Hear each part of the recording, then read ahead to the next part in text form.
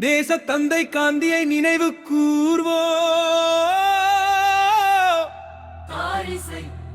புலவர் முத்துசாமி இந்து இசுலாமிய இணைப்புக்கு பாடுபட்ட தந்தையை சுட்டானே தரங்கெட்ட கோச்சே.